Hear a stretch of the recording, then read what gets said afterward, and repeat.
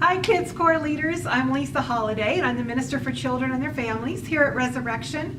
And I want to thank you so much for all of the care that you provide for children every week in Bible theater, in the classrooms, in the hallways.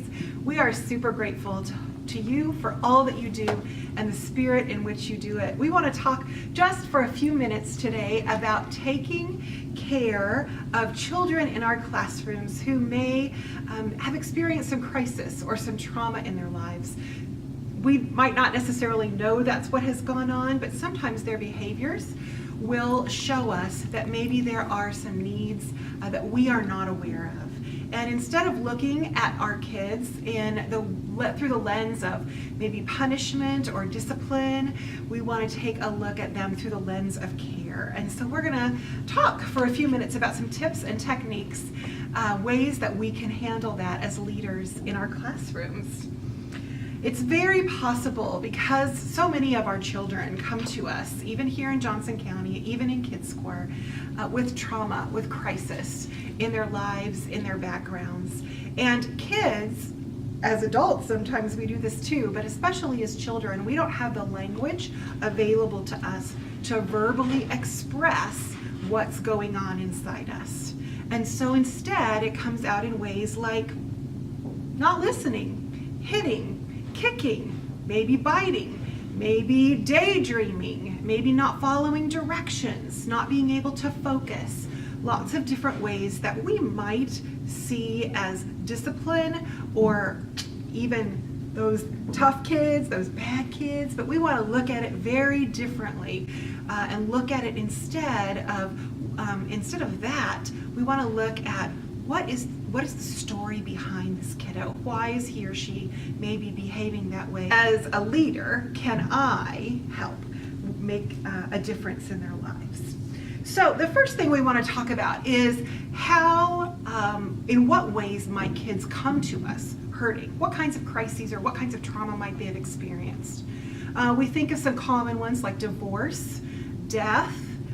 We also have ones where it might not have happened in their own lives. When kids see a trauma or a crisis happen, it can be on something on TV. It can be on a video game. It could be to a friend. Oftentimes they internalize that as having happened to themselves. So that's very important for us to be aware of. It could be that a kiddo is in foster care. It could be that a kiddo's parent is deployed or in prison. So all kinds of stories that are happening with our young kids that we might not be aware of, that we want as Christian, caring, loving people to extend the love of God to these children and know how to do that in appropriate ways. I saw this meme on Facebook recently and I want to share it with you. It says this: remember, everyone in the classroom has a story that leads to misbehavior or defiance. 9 times out of 10, the story behind the misbehavior won't make you angry. It will make your heart break. When we think about the crises and the trauma that we just discussed, that would certainly be true. Only we don't often have the time, or our families might not take the time to share those stories with us. So we're going to do the very best in the classroom that we can with maybe a very limited base of information. So what do you do when you are leading a classroom and behavior issues start to arise?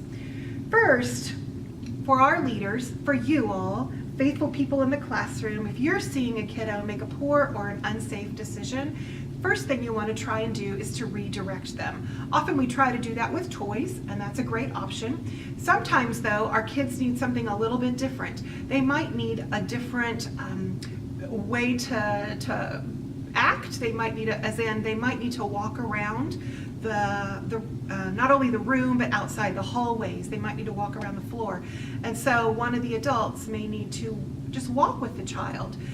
They might need to look out the window. Again, get a different perspective of the world and what's going on. They might need a drink of water. Sometimes that's very helpful. Sometimes for kids, they like to just put their hands under the water too.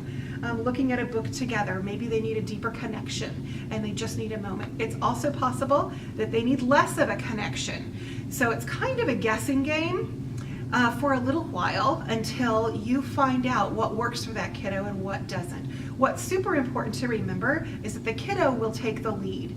So you want to follow the child and learn from the child about what is helpful for him or her, as long as it's safe. It must be safe, of course, for the child and for everyone in the classroom. The way that you'll know that you're on track with the child is if the situation is escalating or de-escalating. If the situation is escalating, you want to try a different tactic. If the situation is de-escalating and you're watching the child calm, even though it might be slowly, then you're on the right track, and keep that up. So that's kind of a big hint. You want to give the child enough space, but also to remain present with the child. So kind of in the area, but not hovering, and also not completely away from the child. So that's very important. Also, it can be very hard in these situations as the grown-ups, but we want to be very soft-spoken. We want to be firm and steady. Eye contact can be threatening to children in crisis, so you might start with eye contact. If you feel like that's too much of a threat for the child, then kind of just look away. You both might look outside or at a book or something while you visit. So those are really important things to remember.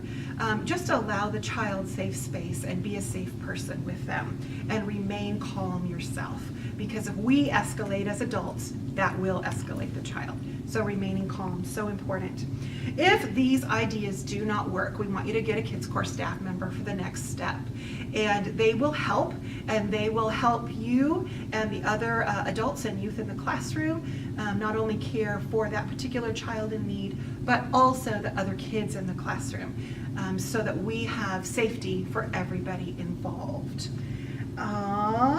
We also want you to know, lastly, that oftentimes when there is a situation like that, it's important for Kids Corps staff to visit with the family during the week. And so always feel free to let a Kids Corps staff member, Nick or Mike or Amy or me, any of our staff, we can help that family be able to find a plan of success during the week, so that we have some new tools that might be helpful going into that next weekend.